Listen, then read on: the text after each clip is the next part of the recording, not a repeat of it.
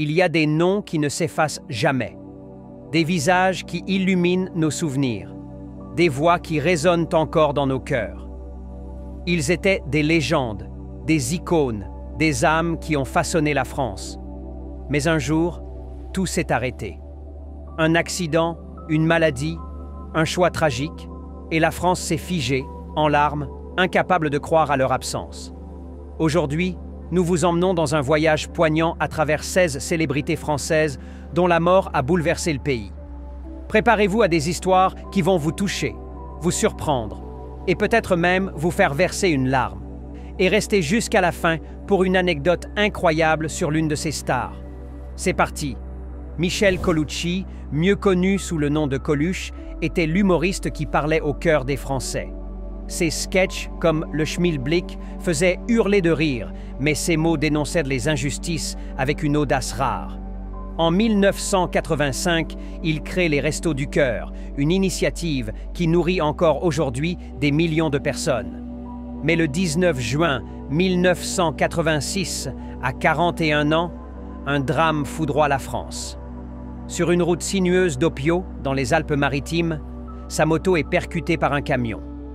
La nouvelle, diffusée à la radio, paralyse le pays. Les Français pleurent un homme qui était leur ami, leur porte-voix, leur héros. Claude François, surnommé Clo-Clo, était une supernova de la chanson française. Ses tubes comme Belle, Belle, Belle ou Alexandrie, Alexandra ont fait danser des générations.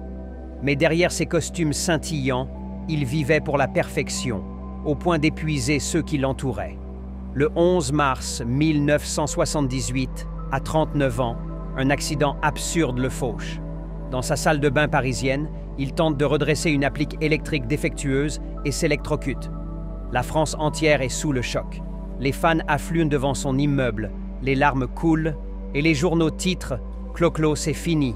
Jean-Paul Belmondo, ou Bébel, était le roi du cinéma français. Charismatique, cascadeur, il incarnait la liberté dans Pierrot le Fou ou Le Professionnel. Ses rôles, entre Nouvelle Vague et Blockbuster, ont marqué des générations. Le 6 septembre 2021, à 88 ans, il s'éteint dans son appartement parisien. La nouvelle fait la une partout. Emmanuel Macron parle d'un trésor national. Les cinémas rediffusent ses films et les fans pleurent un homme qui semblait immortel. Grégory Lemarchal, c'était une voix d'ange dans un corps fragile. Vainqueur de Star Academy. En 2004, il conquiert la France à 21 ans avec des chansons comme « De temps en temps ». Atteint de mucoviscidose, il transformait chaque note en un acte de courage. Le 30 avril 2007, à 23 ans, la maladie l'emporte. Les plateaux télé s'interrompent, les fans pleurent dans les rues et la France perd une étoile filante. Son association continue son combat, mais Grégory reste irremplaçable. Johnny Hallyday, le taulier, était une légende vivante. Pendant 50 ans, il a enflammé les scènes avec Allumer le feu ou Je te promets. Il était plus qu'un chanteur, il était l'âme du rock français. Le 5 décembre 2017, à 74 ans, un cancer du poumon l'emporte dans sa maison de Marnès-la-Coquette. La France s'arrête, des milliers de fans se rassemblent à Paris, une cérémonie nationale est organisée à l'église de la Madeleine, retransmise en direct. Johnny, c'était un feu qui ne s'éteint jamais. Marie Trintignant, actrice au talent brut, portait une sensibilité unique. Fille de Jean-Louis Trintignant, elle brillait dans des films comme Une affaire de femme. Le 1er août 2003, à 41 ans, elle succombe au coup de son compagnon, Bertrand Cantat, à Vilnius. Le drame choque la France et relance les discussions sur les violences conjugales. Marie, aimée pour sa douceur, laisse un vide béant. Michel Berger, c'était le poète de la chanson française. Compositeur de Starmania, auteur pour France Gall, il a créé des mélodies éternelles.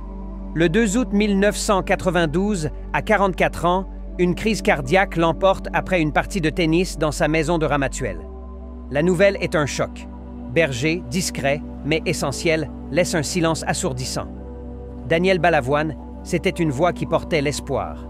Avec tous les cris, les SOS ou Sauver l'amour, il dénonçait les injustices tout en soutenant des causes humanitaires. Le 14 janvier 1986, à 33 ans, un accident d'hélicoptère lors du Paris-Dakar l'emporte. La France perd un militant, un rêveur, un symbole. Anecdote. Balavoine avait rencontré François Mitterrand pour discuter de l'aide à l'Afrique juste avant sa mort. Dalida, c'était la diva absolue. De Bambino à Je suis malade.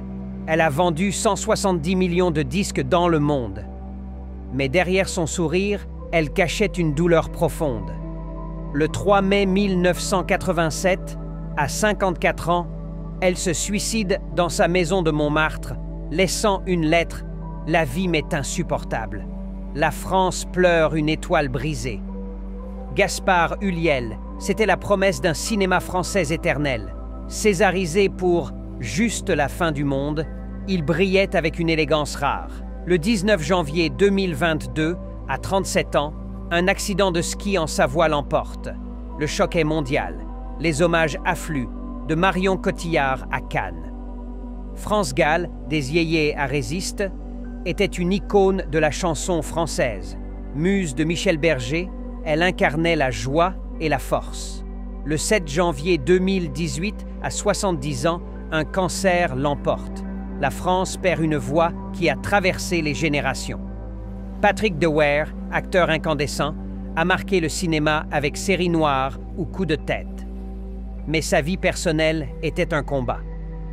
Le 16 juillet 1982, à 35 ans, il met fin à ses jours. La nouvelle sidère le public. Dewaere, c'était une flamme éteinte trop tôt. Bernard Tapie, c'était l'ambition incarnée. Homme d'affaires, président de l'OM, ministre, il fascinait par son audace. Le 3 octobre 2021, à 78 ans, un cancer l'emporte. La France salue un combattant, aimé ou controversé. Christophe Dominici, ailier légendaire du 15 de France, était un héros du rugby. Le 24 novembre 2020, à 48 ans, il est retrouvé mort dans des circonstances troubles à Saint-Cloud. La France du sport est dévastée. Jean-Pierre Bacry, avec son humour grinçant, était le râleur qu'on adorait. De cuisine et dépendance. Ah, on connaît la chanson, il était incontournable. Le 18 janvier 2021, à 69 ans, un cancer l'emporte. La France pleure un acteur qui semblait être de la famille. Charles Aznavour, le Sinatra français, a écrit 1200 chansons de « Hier encore » à « Emmenez-moi ». Chanteur, acteur, il était un trésor mondial. Le 1er octobre 2018, à 94 ans, il s'éteint dans son sommeil. Ces sésames ont marqué la France pour toujours. Leurs chansons, leurs films, leurs combats vivent encore en nous. Mais leur absence nous rappelle que même les étoiles peuvent s'éteindre. Quelle histoire t'a le plus touché? Raconte-la en commentaire et partage cette vidéo pour rendre hommage à ces légendes. N'oublie pas de t'abonner et d'activer la cloche pour ne pas manquer nos prochaines histoires. Merci d'avoir partagé ce moment avec nous.